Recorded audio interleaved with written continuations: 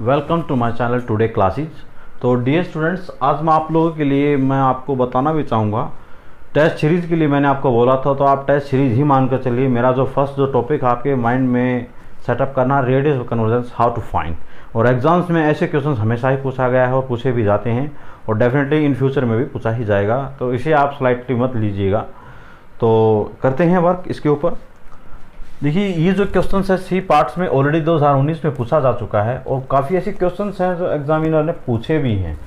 तो और दो क्वेश्चंस हैं और कुछ क्वेश्चंस मैं और कंसिडर कर लेता हूँ। एक क्वेश्चंस मैं ये ले लेता हूँ, power series like this way according to, मैं एन को डिफाइन कर देता हूँ कॉम्प्लेक्स वे में। 1 प्लस का 2 आयोटा, 1 प्लस का 3 iota and n is the even and n is the odd, same like this way. Okay, ठीक है, ये सेम बात यही है। इसके ऑप्शंस अपनी तरफ से हम ले लेंगे।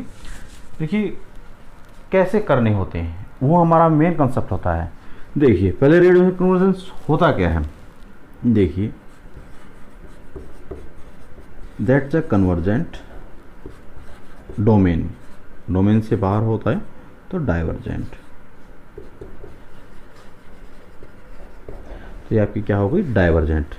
और आर आपका होता क्या, रेडियस कन्वर्जेंस के बारे में वर्क कर रहे हैं हम। Limit n tends to infinity a n over a n plus 1 ये होती है, या otherwise 1 over r limit n tends to infinity supremum mod a n की raise to power 1 by N.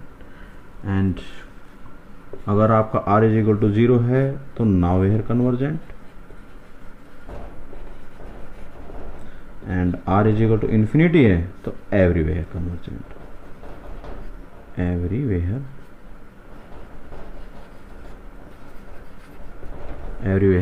Convergent. ठीक है, अब देखिए इसको करते, पहले इसको ही करते हैं हम। देखिए an इसने डिफाइन कर दिया ऐसे है। ओके, तो इसका पहले तो देखो कॉम्प्लेक्स में दे रखा है, तो इसको पहले तो आप क्या कीजिएगा, स्क्वायर रूट फाइंड आउट कीजिए। 1 का स्क्वायर 1 होता है, 2 का स्क्वायर 4 होता है, 4 एंड 1 5 अंडर 5 आपका ये निकल कर आया। अब ये कह रहा है अंडर 5 इसका तो आ गया, ठीक है, इसका अंडर 10 आएगा। अब इसमें से मैक्सिमम कौन सा है, ये है। जस्ट उसका क्या होना करना, आपको रेसिप्रोकल ही करना है, तो रेसिप्रोकल हम कर दीजिए। कितना है आपके पास, अंडर 10, तो ये आपका क्या होगा फाइनल आंसर। इसका रेडियस कन्वर्जेंस क्या आएगा आपके पास, 1 बाई अंडर 10। ठीक है, कंसेप्ट समझा, सिर्फ जस्ट इसको अप्लाई किया है। यहाँ पर मोड दे रखा था तो इसका मैंने मोड निकाला।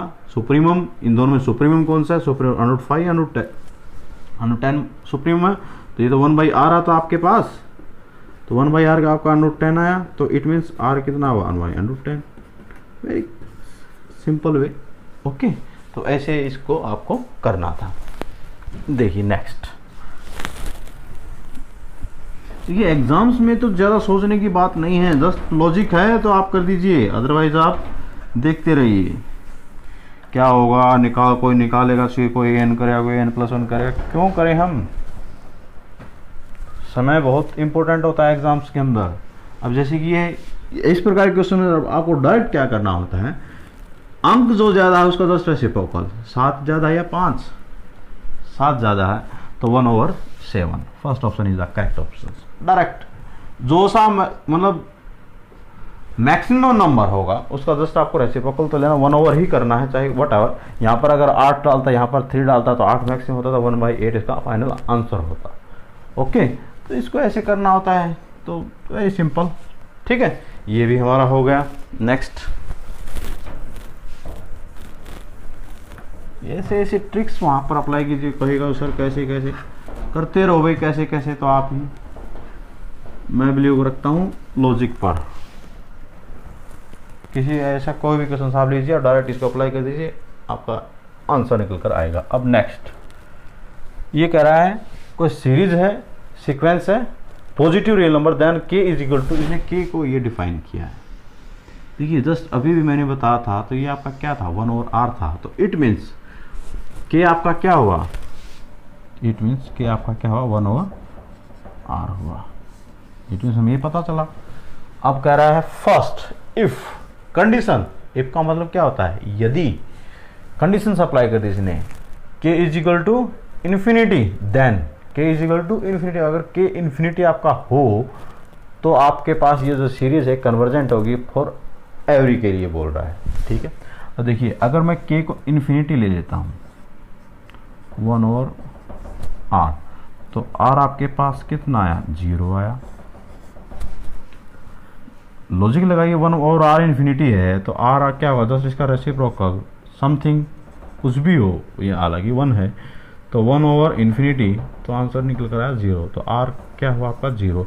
और मैंने अभी जस्ट आपको बताया था r is equal to 0 nowhere convergent, और r is equal to infinity everywhere convergent. ये क्या है, ये डायवर कहीं पर भी कन्वर्जेंट नहीं होगा, तो इट मीन्स फर्स्ट ऑप्शन आपका रॉन्ग हो गया, ठीक है।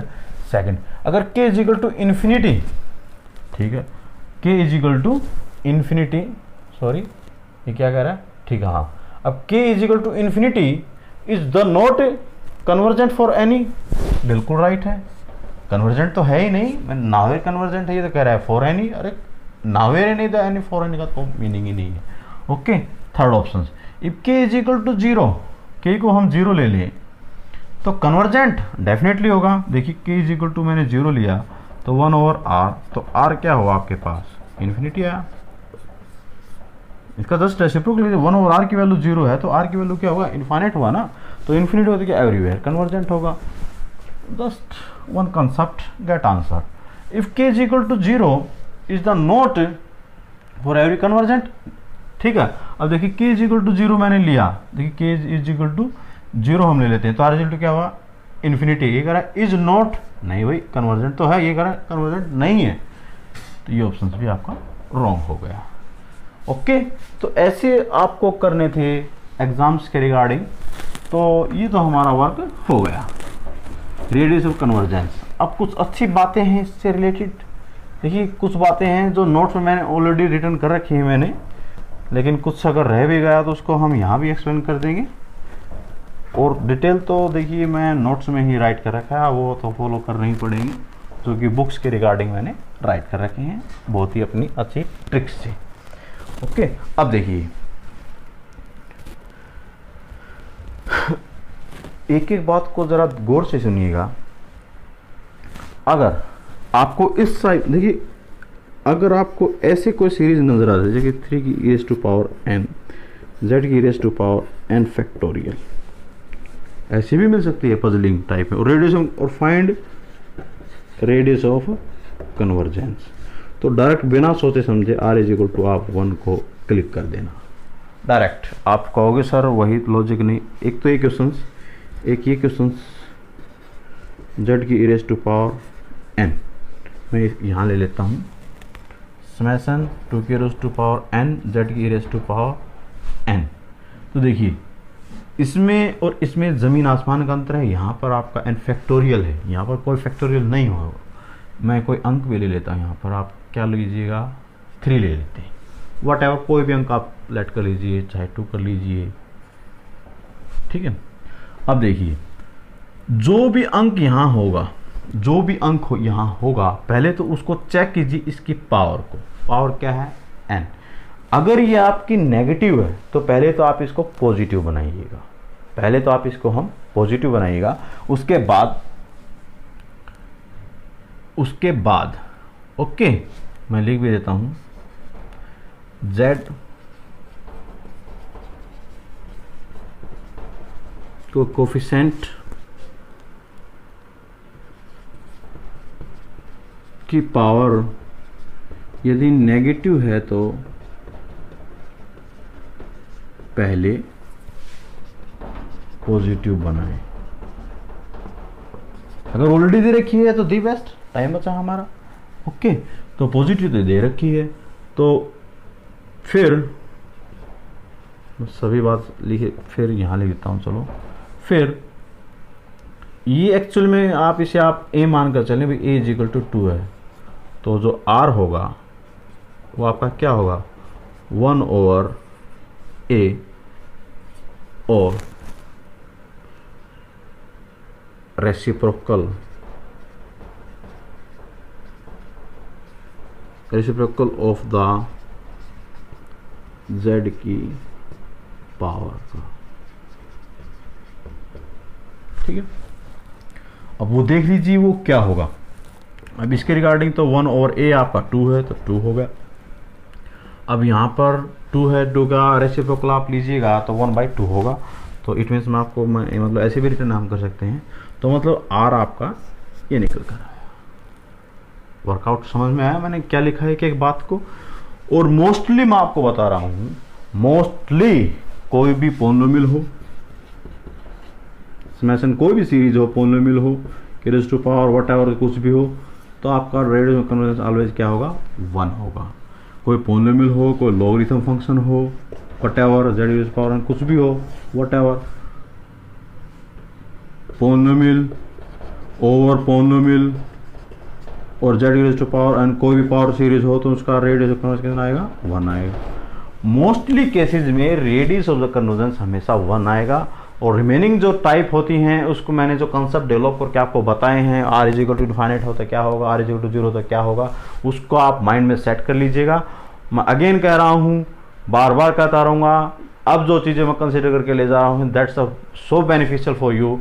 और अगर आपको ये अच्छी लगे तो dear students gives your comments and share more and more, ताकि हर स्टूडेंट्स को देखिए एग्जाम्स क्या होता है CSR में काफ़ी इंपॉर्टेंट क्वेश्चंस को पिक करता है, नो डाउट। क्वेश्चंस वहाँ पर अगर ऑलरेडी डाल दिया तो वो इंपॉर्टेंट तो हो ही गया। तो लेकिन उसके रिगार्डिंग हमारे पास ट्रिक्स होनी चाहिए। अगर if you don't have the tricks तो डेफिनेटली मैं बता रहा हूँ, काफ़ी बुक्स आप फॉलो करोगे तो बुक्स से आपको क्या होगा, मैनी क्वेश्चंस आपको मिलेंगे, प्रैक्टिस के लिए मिलेंगे, प्रैक्टिस आप करते रहिएगा। लेकिन कंसेप्ट मेन है। अगर कंसेप्ट अगर आपके माइंड में है तो डेफिनेटली यू विल क्रैक। लेकिन मैं जितने भी देखिए, मैं हमेशा वर्क करता हूँ समय को देखते हुए। समय देखिए CSR में एग्ज़ाम्स में कोई भी एग्ज़ाम हो, पेपर में टाइम की इम्पोर्टेंस होती है।